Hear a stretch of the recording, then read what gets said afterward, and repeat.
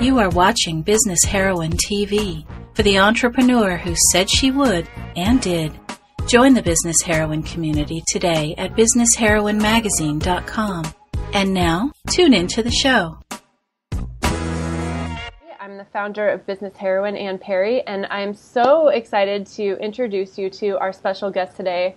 This is Denise Duffield-Thomas, and she is a business and money mindset coach for exceptional women who want to create outrageous success. She is the author of 2 books. One is called Lucky Bitch, and the other is called Get Rich, Lucky Bitch. And she helps women around the world make more money and more fun. So thank you so much, Denise, for being here. Well, thank you for having me, Anne. Yes.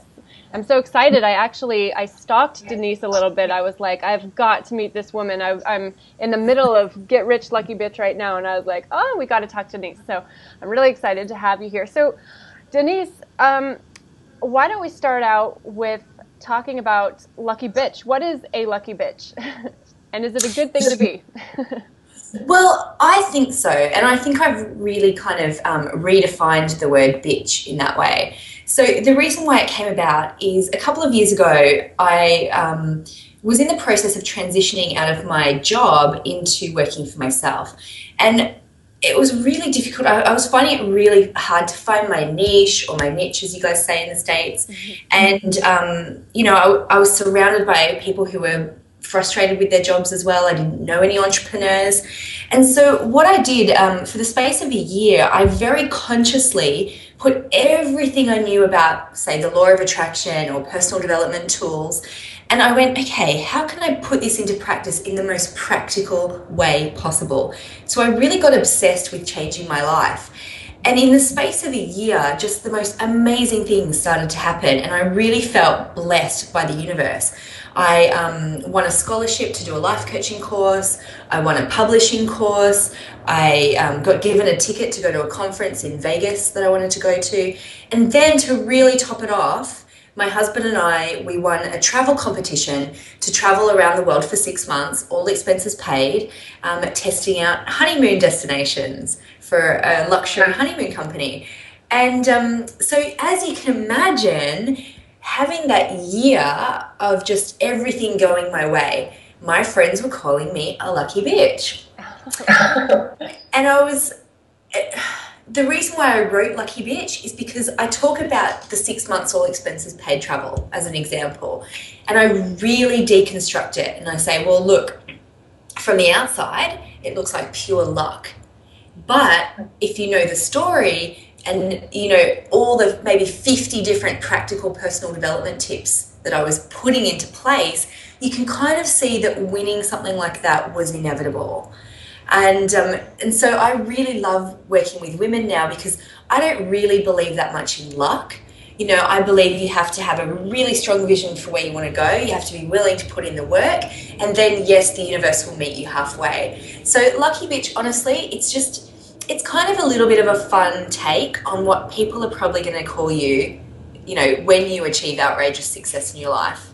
Yeah, I love that. I can really relate to that as well. I wrote a blog post about must be nice. It's kind of a similar thing, like, oh, well, that must be nice. You get to travel, or must be nice. And it's like, it's a short-sighted way of seeing things when you don't know what went on behind the scenes. So tell us your story. What was life like before you were a lucky bitch, and as you were emerging out of that, and what is life like now? Sure. And really the before, like I really want to know, like before, like you tapped into the secret, not the secret, but your secret. How far back should we go? You were born, no. Well, I didn't grow up in a rich family. I grew up in a single mom, single parent family. We didn't have a lot of money, but I think my mom was really good. She was always really good at just instilling in me, well, yeah, do whatever you want. She was never a pushy mum, but she was like, that's what you want to do? Okay, do it. And, I knew from a very, very young age I wanted to be an entrepreneur. I knew from about age 9, and I would go around and sell things in the neighbourhood. And in particular, I really remember selling bracelets. And it was in the 80s, so they were it was like fluoro wetsuit material bracelets. And I sold them for about $2. And my teacher found out about it, one of my teachers at school, and she got me up in front of the whole class, and said, well, what are you doing? And I said, I'm selling these bracelets. And he said, well, okay, how much are you selling them for? And I said, $2. And he goes, and how much does it cost you to make them? And I was like, $2. Oh. And I remember the way I felt from there. I felt like an idiot. I felt like a real idiot. And, that feeling, it's weird because I could have made it mean something else as a little kid. I could have made it go, oh, you have to make money to be in business. But instead, I really carried that with me for a long time, that almost it was bad to make money in business. And I don't know where I got that from. But so all of my 20s, I was trying different business ideas. I was always the one that had a new kind of scheme going. And I would jump in and out of different things. So, it would be like, okay, now I'm going to be a dating coach and I'm going to write ebooks about internet dating for men. And that didn't work. And then I'd just go into the next one. And I was really, really frustrated. And what I actually did was I'd jump in and out of work. So I was working in consulting and I was like, I'm going to quit and I'm going to work for myself. But I didn't really have an idea of what that was going to be and also how I was going to make money out of it. So a couple of years ago, I decided to downsize my career slowly instead of jumping out. So I went from a full-time consulting job to a charity that was right next to my house. So it was still Monday to Friday, but it was 9 to 5, and it was a 5-minute commute. And it just suddenly freed up some creative time and energy to think, okay, what would I like to do? So I started a business on the side around weddings. Great practice business. Wasn't what I was meant to do, but it got me the discipline of, writing a blog post every week and doing my own website and learning how to do basic social media marketing. After a while, I transitioned into another charity, but just for 3 days a week. So I suddenly freed up 2 days. My income didn't change that much, to be honest, but suddenly I had these extra 2 days and, to blog and, again, to practice. And then after that, we won the 6 months expenses paid travel. And during that time, I did my life coaching course while we were traveling. And we finished, so interesting, we finished the 6 months. We were staying in 5-star hotels. We're really just treated like VIPs for 6 months. When that finished, I slept on my mum's couch for a couple of weeks, and I was really going, what am I going to do? I have no money and I've just spent a year winning all this stuff. Like, did you notice it was all the lucky stuff was scholarships, free stuff, free money, free trips. And I said to the universe, it was a real turning point. I said, universe, thank you for taking care of me. Thank you for giving me everything that I've been asking for. But you know what? I'm a big girl now. And it's time for me to actually make some money. And I'm more than happy to pay for things myself. And you know what? Since that day, I don't really win stuff anymore. I make it instead.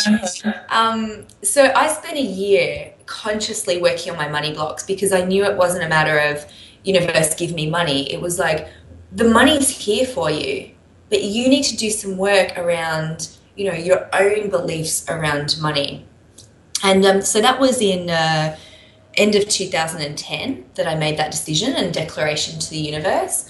And that first month, so, January 2011, the first month of my new business, finally under my own name, finally not hiding behind dating or weddings or something like that. It's finally, being really authentic. So that first month I made $225, and that was pretty much more than I'd made in most of my business ventures put together. Yeah. And I celebrated that $225 because I knew it was the start of something really amazing. So my life now, so I work for myself full time. I have a great 6-figure business that's just growing all the time. And, you know, we live in a really beautiful way now. And it's a big contrast to how I probably lived the last 10 years. You know, I live in a beautiful house. I finally give myself permission to buy clothes instead of shopping in thrift shops. I travel when I want to, and I really have the ultimate freedom and flexibility on how I spend my days. I do work hard in my business, but it's a different kind of work than when I was, you know, stuck in that cubicle, really, really wishing and hoping that my life was different. And now I really dedicate my work to helping other women overcome their money blocks, because I know what a difference it made for me. And I didn't teach this in my first, you know, year or so of business, but if I hadn't gotten rid of my money blocks, my life coaching, you know, business would have just stagnated like every other business I've ever done. So that's my story. Wow, it's so inspiring. I mean, it's that I think one common thread I've noticed with all amazing business heroine women entrepreneurs is that place of just really extreme discomfort. Like, this isn't working. This is not what I want. And that's so valuable, that contrast. And then knowing what you do want. And, you know, a question that I really want to ask you, because we hear the stories of people's struggles and how they came through on the other side. I really am curious, like, when did you know you were on the other side? Or like, when did you feel your career rising rapidly? Or, you know, like that feeling where you're like, oh my gosh, it's happening. And there was the $200. And then like, when did that momentum kick in? And what does that feel like, that just when success is like flowing to you and through you? This is a tip. I felt it from day one. And I think it's really important to, when you just said it, you know, I'm in it. That's something I say to myself all the time, because whether it's, you know, a weight loss thing or a success thing, you've got to tell yourself that you're in it, because otherwise you feel like I'm over here and success is way over there somewhere, and we are two different people. That's how we feel. It's like, I am me with all my flaws, and here is this perfect vision of myself, and she's so perfect, you know, she never gets angry and she's just so good at everything. And it's a real separation. Whereas if you go, I'm in it now, like I'm doing the things now to get to that space. And I felt that. I had to fake it, to be honest, at the beginning, but I felt that from day one. You know, making that $225, I got a bottle of champagne. And I said, this is it. I'm in it now. I'm in the slipstream of success. You know, I think it was 2 months later, I had my first sold out event.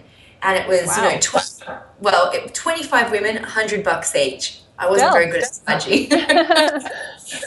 And, you know, and it took me months to put it together. So I probably made $2 an hour, if that.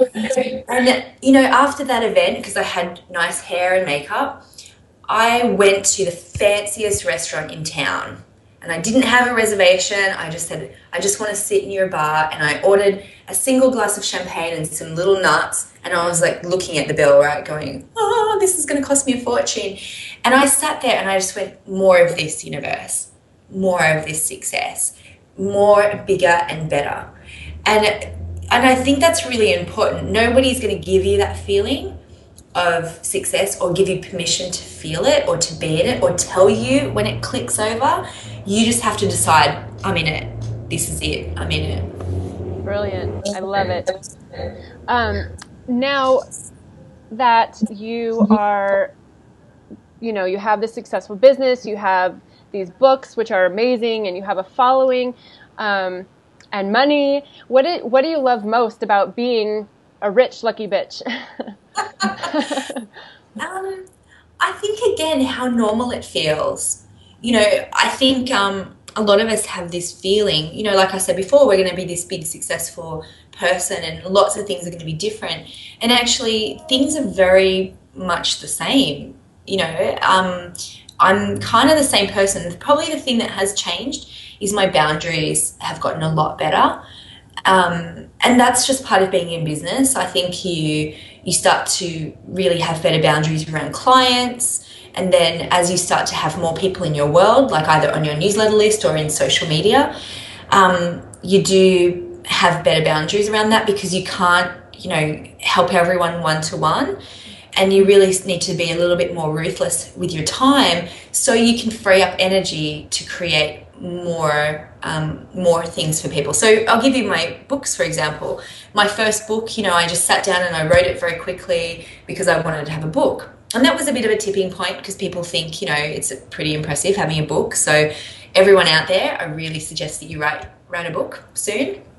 But the second book, Get Rich Lucky Bitch, it was a 9-month project.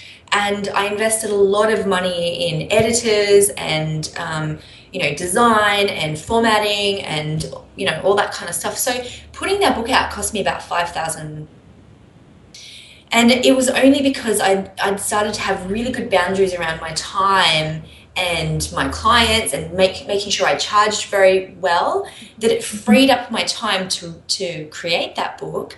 But then now that can serve a lot of people. For a very cheap amount of money, like $10, $15 to buy that book. But I had to buy that time for myself to do it, so then I could help more people. So that's a really big tip. And a lot of women, undercharge, over-deliver, and also and serve way too many women one-to-one. So there's no creative energy to create books, to create kind of more leveraged ways of helping people. And I think that's really important. And I learned that probably in my second year. First year, you pretty much say yes to everything.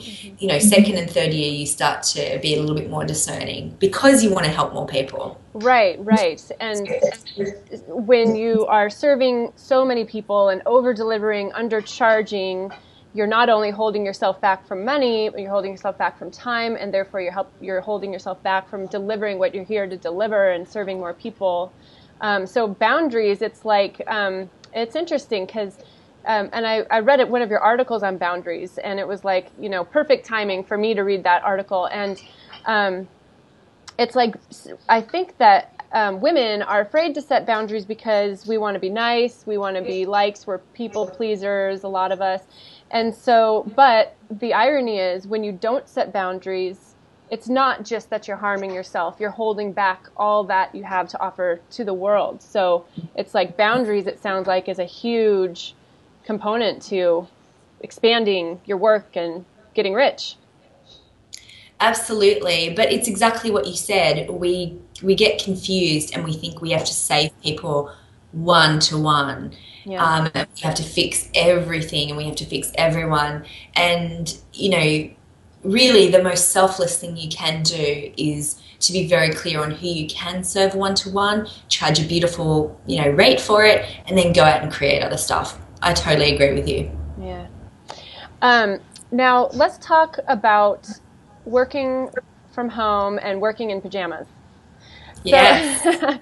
So when Denise and I were emailing earlier this week, I suggested let's do this on video, not just radio, but let's do it for Business Heroine TV. And so Denise said, okay, well, I'll put some makeup on and I'll only wear pajamas on the bottom half. And I really laughed out loud, because I've totally recorded videos like that for like opt-in pages and stuff. There's like me, I'm wearing a blazer, and I'm wearing like these green little gym shorts on the bottom. So we were laughing, and we're like, but that is the beauty of working from home. You get to wear pajamas. Yes, I'll show you. Yeah, and me too. Ooh. It's funny. We thought we'd just do that just for you, just like show the word. On the top, you can see here, those of you who are seeing this on video and not just audio, I'm wearing a shimmery shirt for bling, for money. I dedicated this to money today. And then the bottoms are for freedom. That's so true. Okay, so we're starting to talk about women and boundaries and holding back work and our work from the world and wanting to. I liked how you said saving people one person at a time. It's like and yeah, it's. What are some more of the differences between men and women when it comes to money and getting rich and receiving and that whole world? Oh, so interesting. I've really learned some amazing things. So I meet some people who literally can't accept money. And I met a personal trainer and she said, I love being a personal trainer. I love it. But I had to go back to my government job. And I was like, why? You know, are there not enough clients around here? And she goes, no, it wasn't that. I couldn't receive money for it. And I was going, what do you mean? She said, people would come and at the end of the session and they would hand her money and she would say, no, that's okay, pay me next week. Oh, wow. And then, of course, she started attracting people who wouldn't even offer, you know, or who would try and she just became an energetic match for people who didn't want to pay. And then, you know, she'd go, oh, well, can everyone pay now? And people would go, oh, well, I left it at home. I'll just pay you next week. And they never would. So she had to go back to work. And this was actually before I started teaching money stuff. This is when I was teaching kind of, you know, goal setting. I was kind of a little bit of a generic life coach. And I was going, God, that's a real problem. And then I started getting emails from women saying similar things, you know, saying, you know I'm undercharging, but I don't know what to do next. And I was going, I don't know, don't ask me. I did this massive survey to my list and said, what are you struggling with the most? And everyone said money. And I just went, well, they're going to have to go somewhere else because I don't want to talk about money. So that's when I did my own money work and I found just really interesting things. So for starters, you know, women we really question our value. We question it all the time and we're worried that we're not giving enough, that we're not giving enough value. And so women start to over-deliver in a lot of ways, which even if you just say you charge $100 a session and you start to become totally fine with charging $100 a session, what might happen is that women, instead of doing a 60-minute session, they're doing a 90-minute session. Right. Or even worse, I've seen people do, you know, 2-hour sessions because they feel like they just need to keep on giving and giving and giving. Or they say, well, it's $100 a session, but you get all of these bonuses. And it's usually stuff that costs them money. So it can be quite sneaky because you might think, oh, well, I'm charging for my money, but really you're not because you're letting clients overstep boundaries. And it could be that you know, you let people email you in between sessions way too much, or you know, you're trying to do everything for your client. That's still the same kind of money boundary. And if you look at it, even though you might be getting paid $100, your time per hour is just going down and down and down and down. So that's a huge one for women, is over delivering. The other one, which I find is pretty common to women who are just starting out, but it also means it's bartering.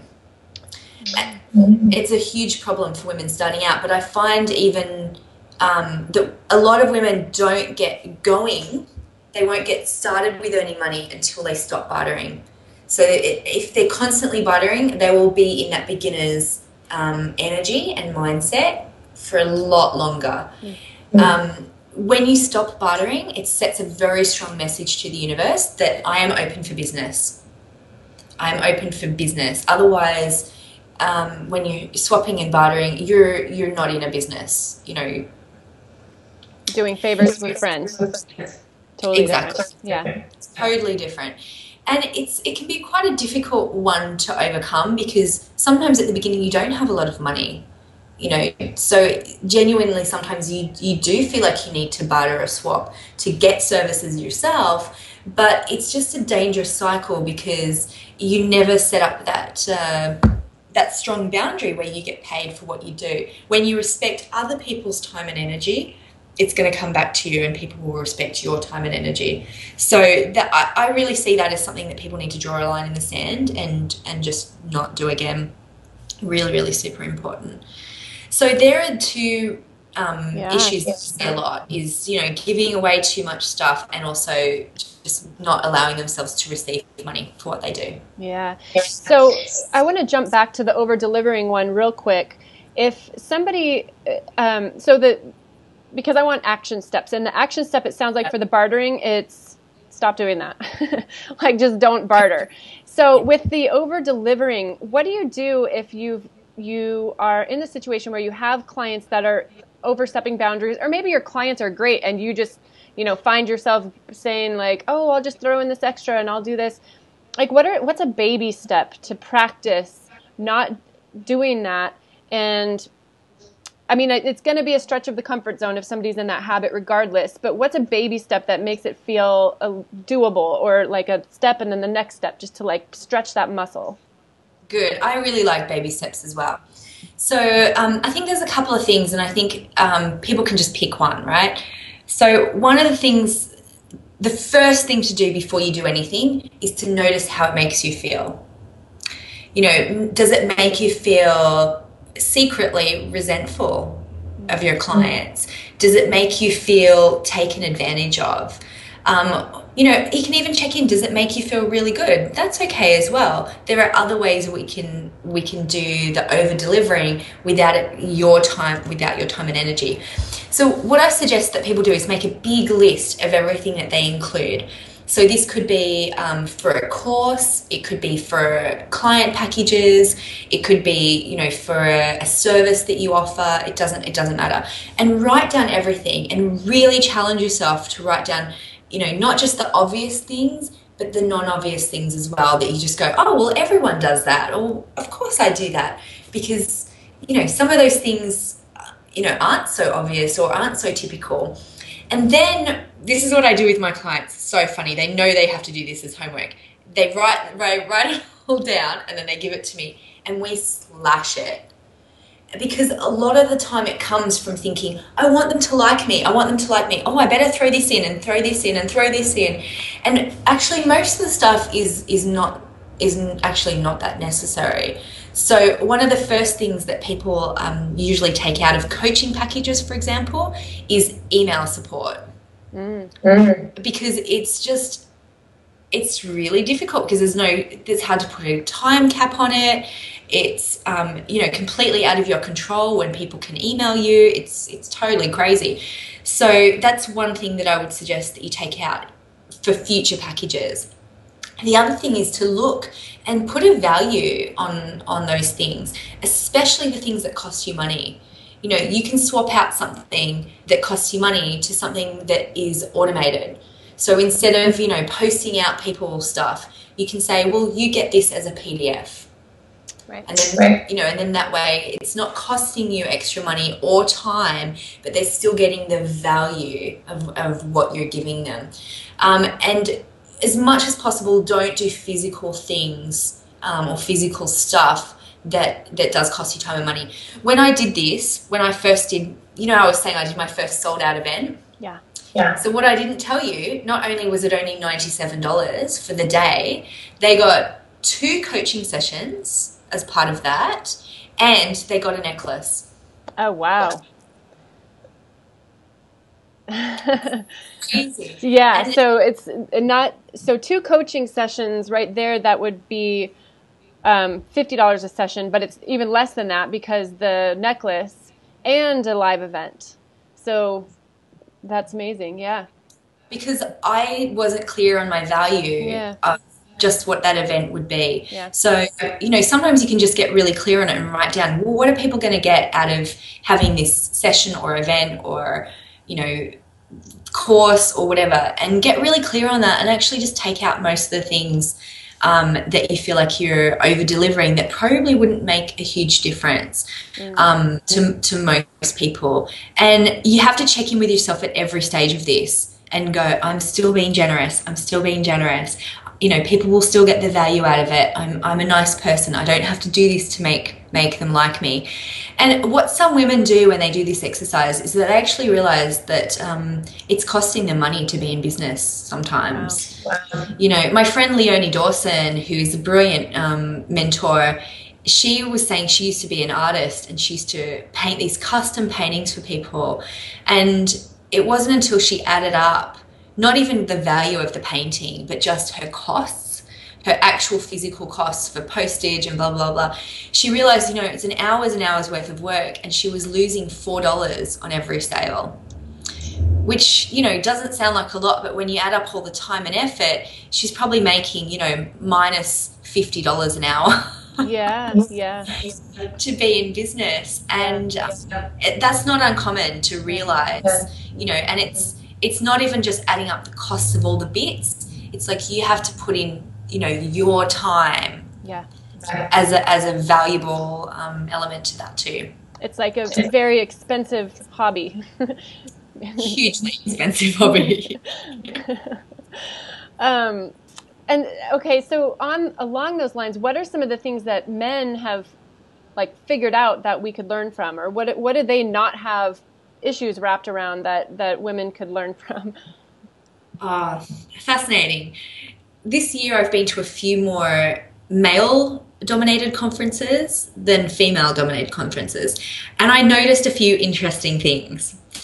First of all, they don't have much charge around the price.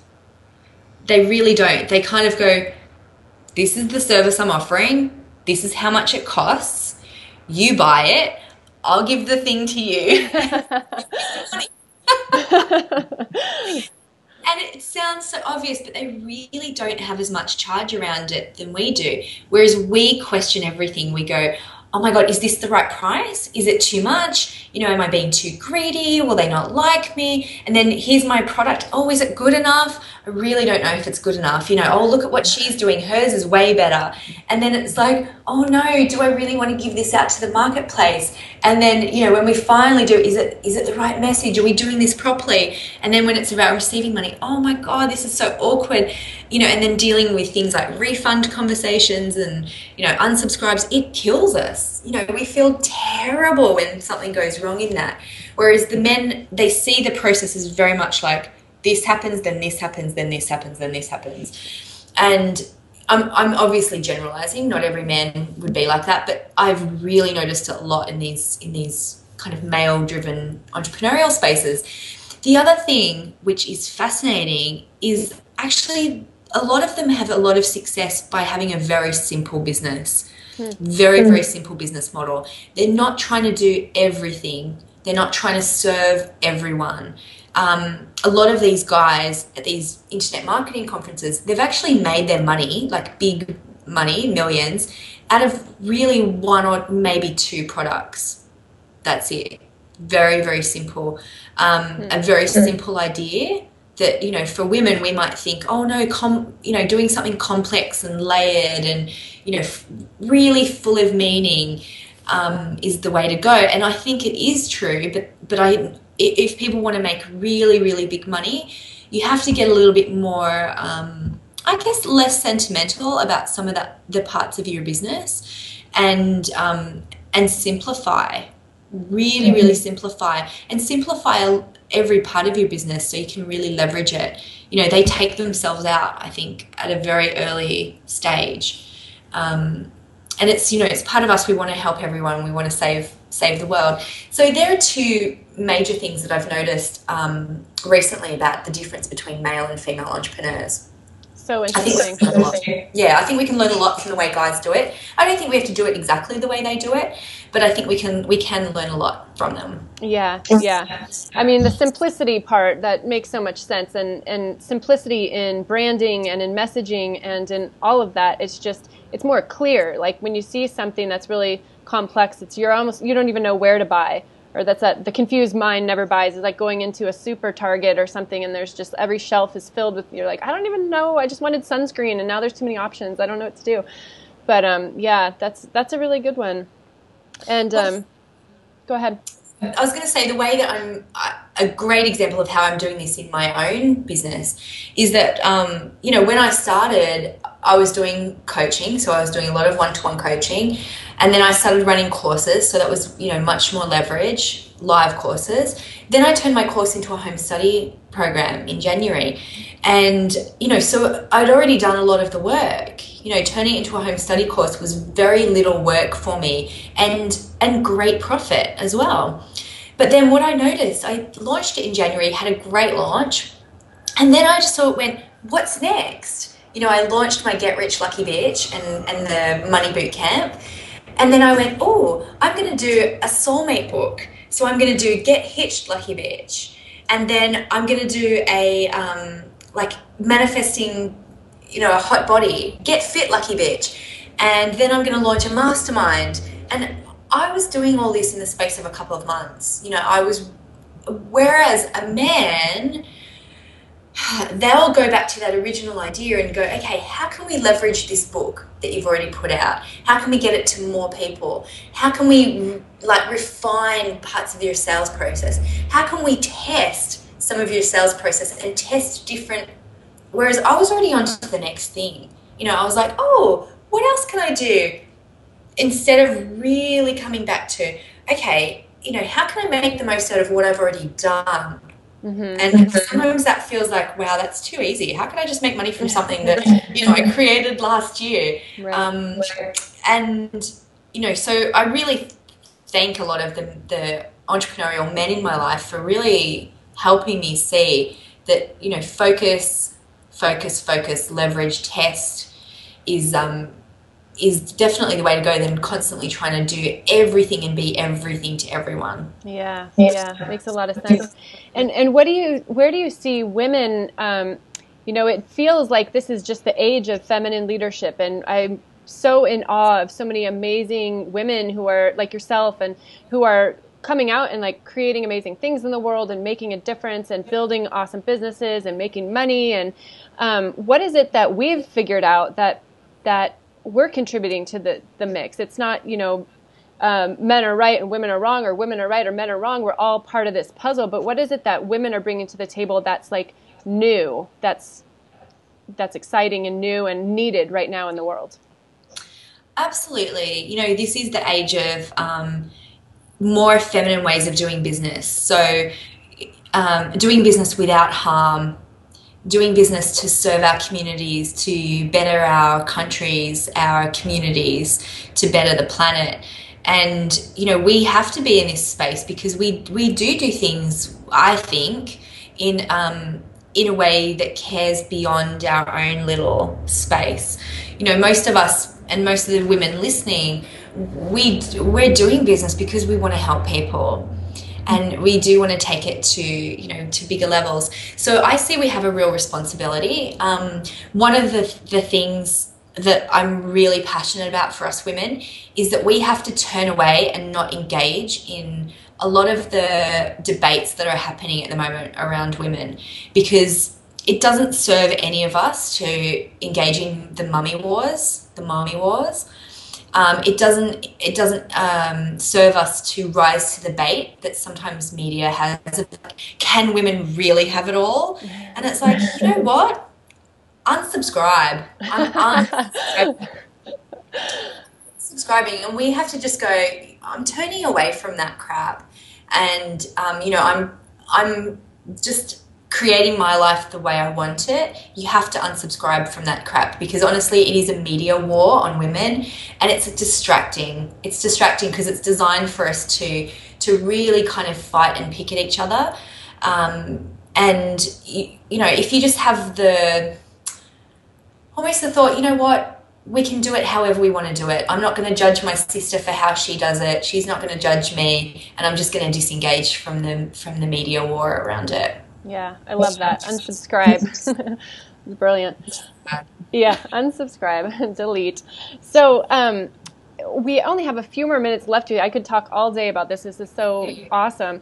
But I want to send our viewers and listeners with something that they can put into action. So what is like Well, first, what's like the most powerful thing that a woman can do when she is up to creating money in her life and is ready to get rich? So maybe that's not like what we're going to do right this moment today, but as a concept, like what's the most important thing most powerful thing we can do for ourselves? Well, the most powerful thing that was a turning point for me was saying to the universe, I'm a big girl now and I'm ready to make money. And the next conversation I had with the universe around that was, can you please send me, courses or people or books to help me go on this next path? And I was really open to what came up.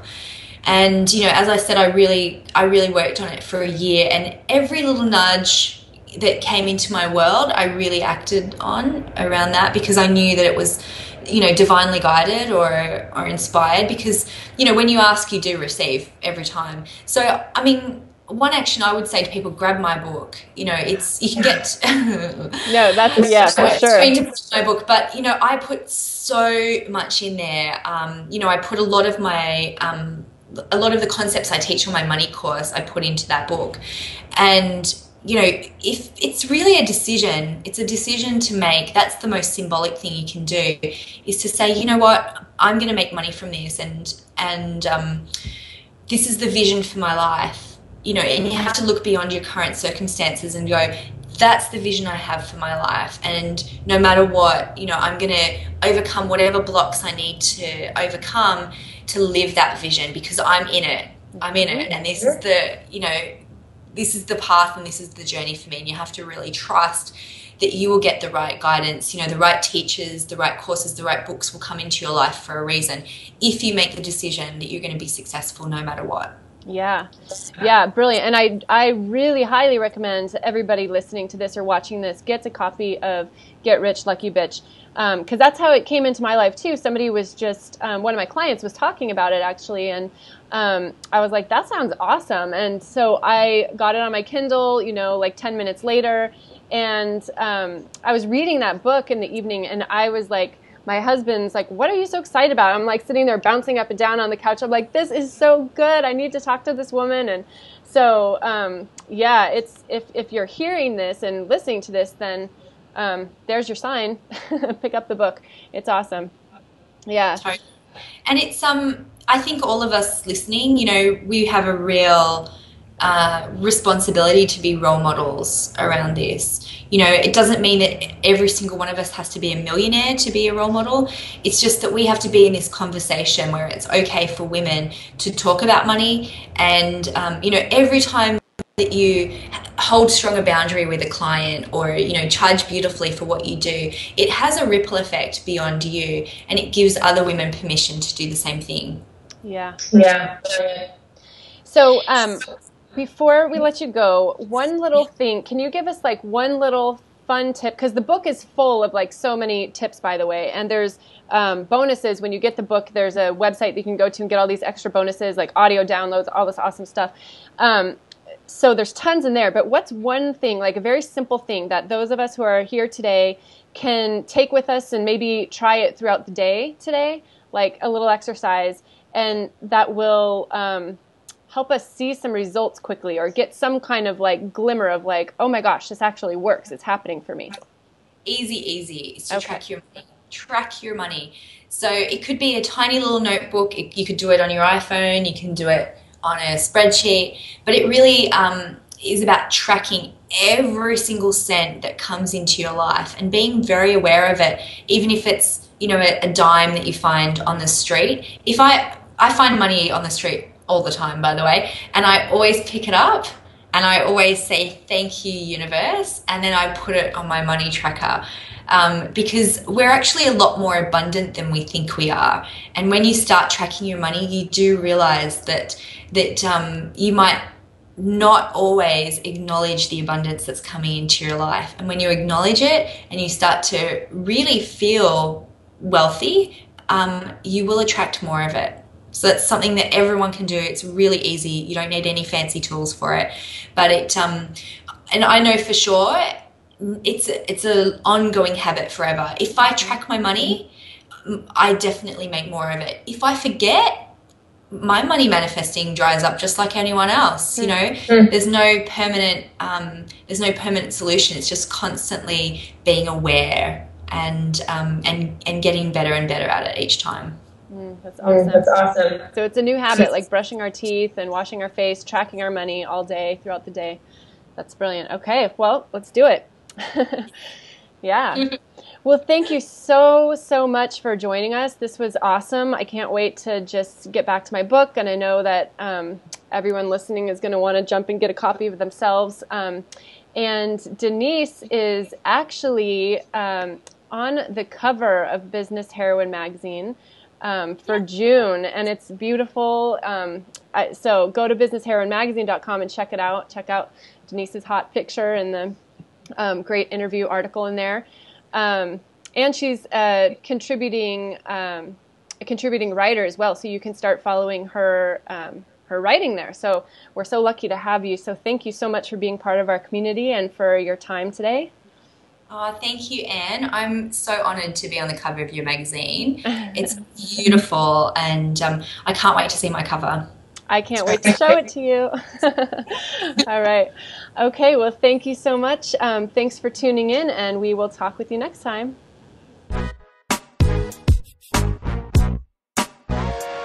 You have been watching Business Heroine TV, for the entrepreneur who said she would and did. We hope you enjoyed the show. Be sure to check out what's new at businessheroinemagazine.com today.